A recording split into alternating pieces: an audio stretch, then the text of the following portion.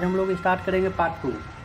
थोड़ा सॉरी आप लोग से कि बीच में लंबा गैप एक हो गया, 5-7 दिन का गैप हो गया। हम शादी में फंसे हुए थे इसलिए थोड़ा गैप हो गया, लेकिन कोई बात नहीं। अब आगे से रेगुलर हम रहेंगे और आपका लगभग ये पूरा जून के अंदर तक, जून तक मंथ ख़त्म होने से पहले हम पूरा कोडल प्रोविज़न आप लोग को एक्सप्लेन कर देंगे। आप लोग जानते हैं कि ये कोडल प्रोविज़न पढ़ना क्यों इंपॉर्टेंट है, क्योंकि हम सारे कोडल प्रोविज़न को आपको मॉडिफिकेशन के साथ बता रहे हैं। तो नए तरीके से पढ़ना बहुत ज़रूरी है। पुराने अगर आप सिर्फ इस कोड को पढ़िएगा बिना मॉडिफिकेशन के, तो आप बहुत सारी चीज़ें गलतियाँ कर सकते हैं। तो इसलिए आपको एक अमेंडमेंट के साथ इस सब कोड को पढ़ना है, जो कि हम लोग देख रहे हैं। तो चलिए पार्ट 2 का वीडियो हम लोग वहीं से स्टार्ट करते हैं जहाँ से ख़त्म किए थे। तो टेबल 2 हम लोग फिर से देखते हैं टेबल 2 में से। तो चलिए टेबल 2 में है ग्रेड ऑफ कंक्रीट है। डिफरेंट ग्रेड ऑफ कंक्रीट के बारे में बताया गया है, जैसे कि ordinary concrete, standard concrete, high strength concrete, ये सब डिफरेंट ग्रुप के टेबल के बारे में ग्रेड ऑफ कंक्रीट के बारे में बताया गया है।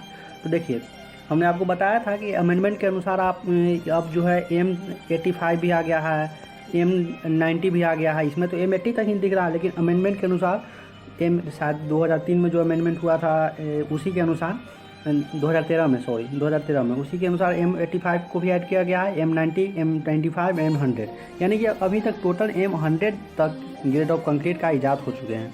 तो अगर आपसे कभी पूछे कि टोटल नंबर ऑफ ग्रेड कितने ईजाद हो चुके हैं कंक्रीट का, तो आप गिन लीजिए M10 से M90 M100 तक, तो 19 आते हैं। जैसे कि टोटल टाइप्स ऑफ सॉइल होता है ना UCS क्लासिफिकेशन के अनुसार 18 को, वैसे ही टोटल है। तो वहाँ सॉइल है, यहाँ कंक्रीट के बारे में बात करें तो टोटल कंक्रीट का ग्रेड 19 वो ईजाद हो चुका है M10 से लेकर M100 के बीच तक। फिर एक और अमेंडमेंट में था हम लोग का कि M60 जो है ना, इसको स्टैंडर्ड कंक्रीट में ही इंक्लूड कर लिया गया। तो ये 2 अमेंडमेंट था, तो उस 2 अमेंडमेंट कर लीजिएगा आप अपने अनुसार, उसके बाद पढ़िएगा इसको। तो चलिए पढ़ते हैं। तो देखिए ऑर्डिनरी कंक्रीट जो है, ऑर्डिनरी कंक्रीट में कौन से ग्रेड आते हैं, तो M10, M15, M20 ये सब है। और ये जो है कैरेक्टरिस्टिक कंप्रेसिव स्ट्रेंथ दिया हुआ है, कैरेक्टरिस्टिक कंप्रेसिव स्ट्रेंथ दिया हुआ 28 दिन का, 28 दिन का कैरेक्टरिस्टिक कंप्रेसिव स्ट्रेंथ दिया हुआ है। ये जो 150 mm³ पर मेजर किया गया है और न्यूटन पर mm² में होगा। तो जैसे M10 के लिए 10 न्यूटन पर mm², M15 के लिए 15, M20 के लिए 20 न्यूटन पर mm²। अगर कभी kg पर सेंटीमीटर स्क्वायर में यही पूछता तो M10 के लिए 100 kg पर सेंटीमीटर स्क्वायर हो जाता, क्योंकि एक न्यूटन पर mm² में 10 kg पर सेंटीमीटर स्क्वायर होता है। ये ध्यान दीजिएगा, 10 kg पर सेंटीमीटर स्क्वायर होता है। तो ये सब बात का ध्यान दीजिएगा। तो अगर 100 है 10 है तो 100 kg पर सेंटीमीटर स्क्वायर हो जाएगा kg में, और अगर M20 है तो kg में 200 kg पर सेंटीमीटर स्क्वायर हो जाएगा, लेकिन न्यूटन पर mm² में 20 होगा। तो इसका बात समझ गए। तो ये ऑर्डिनरी कंक्रीट का नंबर याद रखिएगा, 3 गो नंबर है, M10, M15, M20। ये ऑब्जेक्टिव में बहुतों बार पूछा गया। ये ऑप्शन आपको देगा कि इसमें से कौन ऑर्डिनरी कंक्रीट के अंदर नहीं आता है, M10, M15, M20, M40, तो आपको मारना पड़ेगा, तो M40 नहीं आएगा। तो ऐसा क्वेश्चन हमेशा आता है, तो ध्यान रखिएगा। और नंबर ऑफ ऑर्डिनरी कंक्रीट कितने हैं, तो 3 है, ये भी ध्यान रखिएगा। अब आते हैं स्टैंडर्ड कंक्रीट में। स्टैंडर्ड कंक्रीट में पहले तो 7 ही थे, लेकिन जब से M60 को ऐड कर लिया गया है तो अब 8 हो गए हैं, ठीक ना, अब 8 हो गए हैं। तो स्टैंडर्ड कंक्रीट की संख्या कितना हो गए हैं, 8 हो गए हैं। और उसका ये सब कैरेक्टरिस्टिक कंप्रेसिव स्ट्रेंथ भी दिया हुआ, ठीक है। अब हाई स्ट्रेंथ कंक्रीट भी 8 हो चुके हैं। जैसे कि इसमें आपको ये इसमें आपको M65 से आपको बोले थे कि M65 से स्टार्ट होता है, तो M65 से M80 तक अभी तो 4 दिख रहे हैं, लेकिन 4 आप और ऐड कर लीजिएगा, क्योंकि नए तरीके से ईजाद हो चुके हैं, जो कि M85, M90, M95 और M100 के बीच में है, ठीक है। अब देखिए RCC कोड में स्टैंडर्ड कंक्रीट ही यूज किया जाता है। RCC में हम लोग हाई स्ट्रेंथ कंक्रीट यूज नहीं करते हैं। हाई स्ट्रेंथ कंक्रीट तो M65 से आता है ना, तो हाई स्ट्रेंथ कंक्रीट हम लोग यूज नहीं करते हैं, हम लोग यूज करते हैं स्टैंडर्ड कंक्रीट को ही RCC में। तो ये भी पूछता है कौन से ग्रेड ऑफ कंक्रीट को हम लोग RCC में यूज कर सकते हैं। ऑप्शन रहेगा M15, M20, M25, M30। तो M15 नहीं करेंगे, क्वेश्चन रहेगा नहीं कर सकते हैं, तो नहीं रहेगा M15, क्योंकि M15 ऑर्डिनरी कंक्रीट में चला जाता है, समझें। तो ये ऑर्डिनरी कंक्रीट को RCC में नहीं PCC में यूज करते हैं, और स्टैंडर्ड कंक्रीट को RCC में यूज करते हैं, और जबकि हाई स्ट्रेंथ कंक्रीट को प्री स्ट्रेस कंक्रीट में यूज करते हैं PSC में। तो ये ध्यान रखिएगा, RCC में हम लोग स्टैंडर्ड कंक्रीट का यूज़ करते हैं। फिर यहाँ पर कुछ बात बताया गया है कि ये इसके बारे में बताया गया है, इसके बारे में कि ये जो है कंक्रीट का एम जो है एम बताता है मिक्स, ये M60 जैसे है। तो एम क्या बताता है, एम बताता है मिक्स, और नंबर जो बताया 60 वो कैरेक्टरिस्टिक कंप्रेसिव स्ट्रेंथ बताता है 150 mm³ पर, और 28 दिन क्यूरिंग पीरियड के बाद, ठीक ना, 28 दिन क्यूरिंग पीरियड के बाद, और वो भी न्यूटन पर mm² में नंबर का बात कर रहा है, ठीक है। तो ये ध्यान रखिएगा। आगे चलते हैं। यहाँ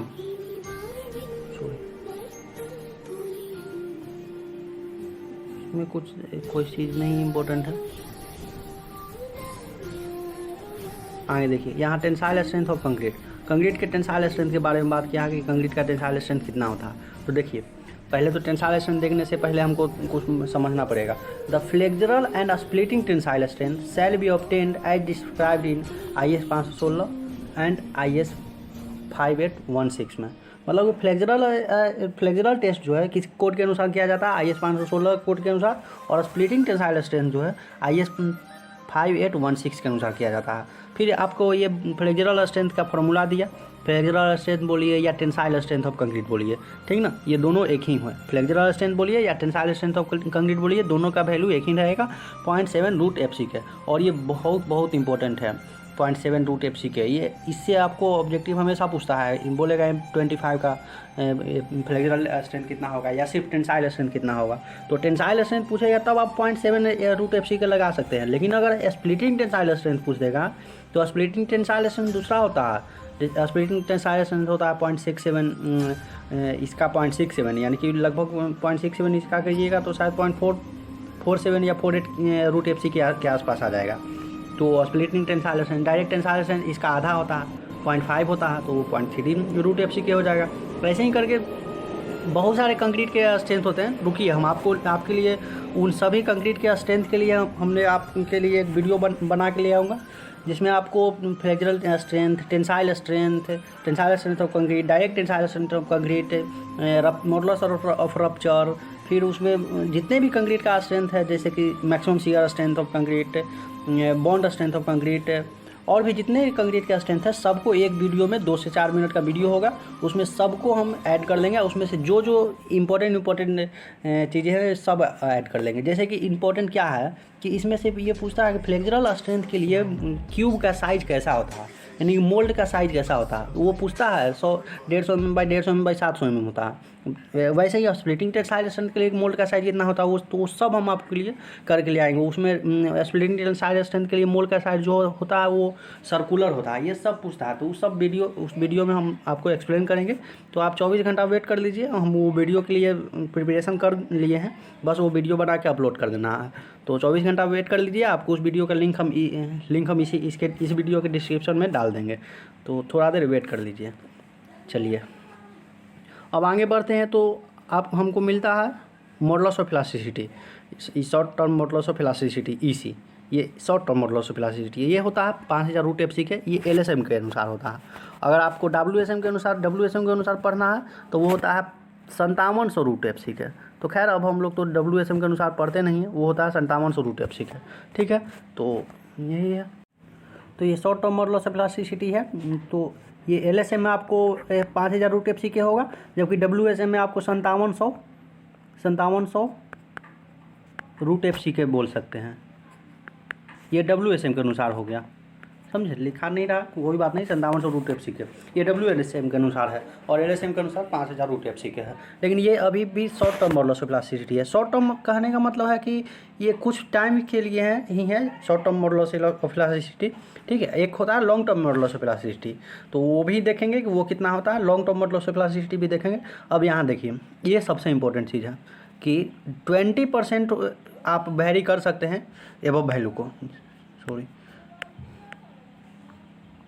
बोला है कि जो इससे मेजर कर रहे हैं ना, वो ±20% टॉलरेंस लिमिट है। कि अगर आपका 5000 √FC के का मान जो आता है इस वैल्यू से, और एक्चुअल वैल्यू में 20% का प्लस माइनस हो सकता है, तो 20% टॉलरेंस लिमिट है मॉडुलस ऑफ इलास्टिसिटी के लिए। ये भी ध्यान रखिएगा। आगे चलते हैं। आगे देखिए, ये तो आपको बताया कि इसी का जो यूनिट होगा ये न्यूटन पर mm² में होगा।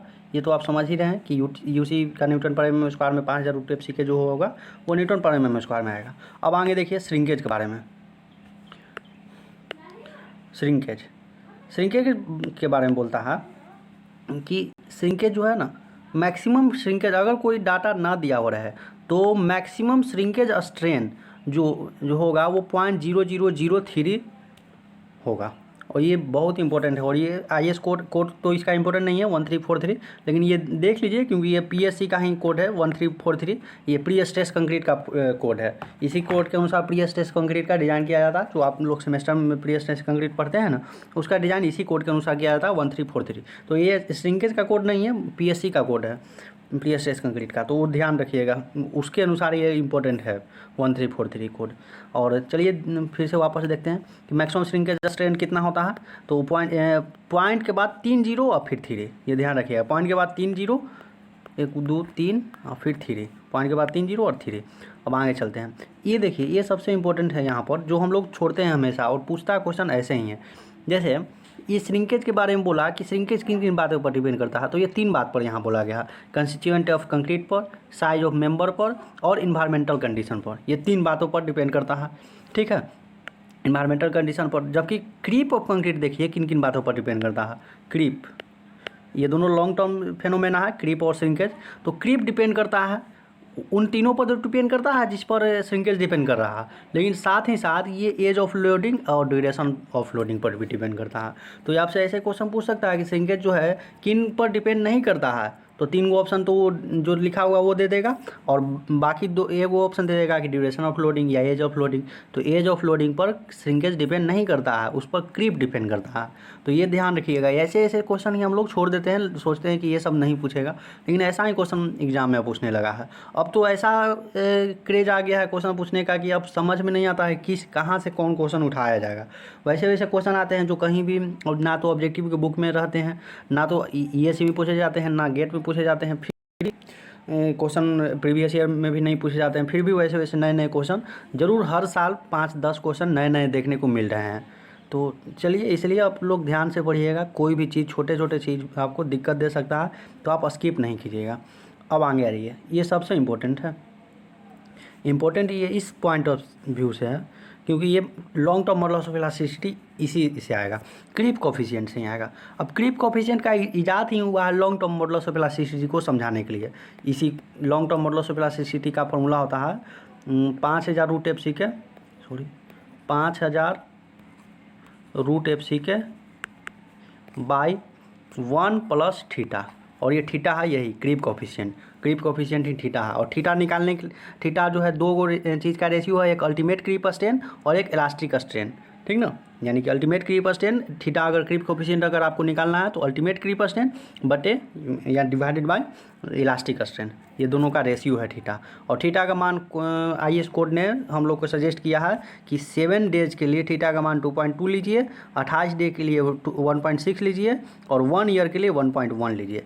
यानी कि यहाँ से एक बात और ध्यान रखिए कि जैसे जैसे एज ऑफ लोडिंग बढ़ रहा है वैसे वैसे क्रीप कोफिशिएंट घट रहा है, और वैसे वैसे ही जब क्रीप कोफिशिएंट घटेगा यानी थीटा जब घटेगा तो EC मेरा बढ़ेगा।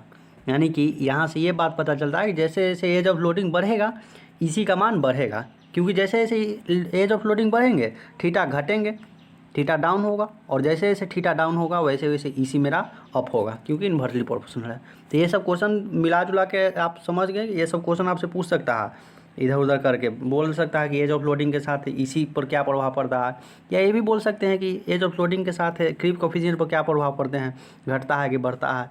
तो with the age of loading creep coefficient decreases. ध्यान रखिएगा, इसका वैल्यू भी ध्यान रखिएगा। 7 डेज के लिए 2.2, 28 डेज के लिए 1.6 और 1 ईयर के लिए 1.6। तो चलिए आगे चलते हैं। अब ये थर्मल एक्सपेंशन ये याद तो नहीं होगा, लेकिन एक चीज़ सिर्फ ध्यान रखिए जो हम आपको बता रहे हैं। एक चीज़ यहाँ से ध्यान रखिए, इसको साइड करें। चलिए, एक चीज़ यहाँ से ध्यान रखिए, आप एक लाइमस्टोन का ध्यान रखिए और एक क्वार्टजाइट का ध्यान रखिए, ठीक ना। लाइमस्टोन और क्वार्टजाइट तो समझ रहे हैं, क्वार्टजाइट एक मेटामॉर्फिक रॉक है जबकि लाइमस्टोन एक सेडिमेंट्री रॉक है। इन दोनों का ध्यान रखिए। इन दोनों में ताकतवर जो है, आप तो पहले से जान रहे हैं कि ताकतवर कौन होता है, ठीक है। ताकतवर तो हालांकि क्वार्जाइट होता है, क्योंकि मेटामॉर्फिक रॉक है, उस पर हाई प्रेशर और हाई टेम्परेचर के बाद वो मेटामॉर्फिक रॉक बनता है। तो ये ध्यान रखिए कि ये हमेशा पूछता है, हमेशा नहीं कभी कभी पूछता है कि क्वार्जाइट का thermal expansion, coefficient of thermal expansion जो है लाइमस्टोन से आधा होता है कि दूना होता है, या कभी वैल्यू भी पूछ लेगा। तो 1.2 होता है, क्वार्जाइट का 1.2 होता है, जबकि लाइमस्टोन का 0.6 होता है। तो ये अप्रोक्सीमेटली दुगना होता है क्वार्जाइट का, यही पूछता है कि अप्रोक्सीमेटली कितना गुना होता है। तो अप्रोक्सीमेटली दोगुना होता है क्वार्जाइट का थर्मल एक्सपेंशन। और थोड़ा अगर ध्यान रखिएगा तो एक ग्रेनाइट का सिर्फ ध्यान रखिए 0.7 होता है, 0.7 से 0.95 × 10⁻⁵ ये होता है। तो आज के लिए इतना ही, अब फिर मिलेंगे हम लोग, कल फिर मिलेंगे। उसके तब तक के लिए धन्यवाद। और आप लोग इस वीडियो को शेयर कीजिएगा अगर अच्छा लगे तो, क्योंकि ये नए तरीके से आप लोग को हम बता रहे हैं और इसके लिए बहुत मेहनत करना पड़ रहा है, क्योंकि सारे अमेंडमेंट करने के बाद, सभी कोड को ध्यान से देखने के बाद, एक भी चीज़ हम आपको जो पीछे जितने भी चीज़ बताएं, एक भी चीज़ ऐसा नहीं है कि अगर ये कोड आप पढ़ लीजिएगा और कोड से क्वेश्चन पूछ दे और आपसे ना बने, एक भी चीज़ ऐसा छोड़ा हुआ नहीं है। तो इसलिए अच्छे से इस वीडियो को देखिएगा और शेयर भी कीजिएगा, अच्छा लगे तो अपने दोस्तों के साथ शेयर भी कीजिएगा। तब तक के लिए धन्यवाद।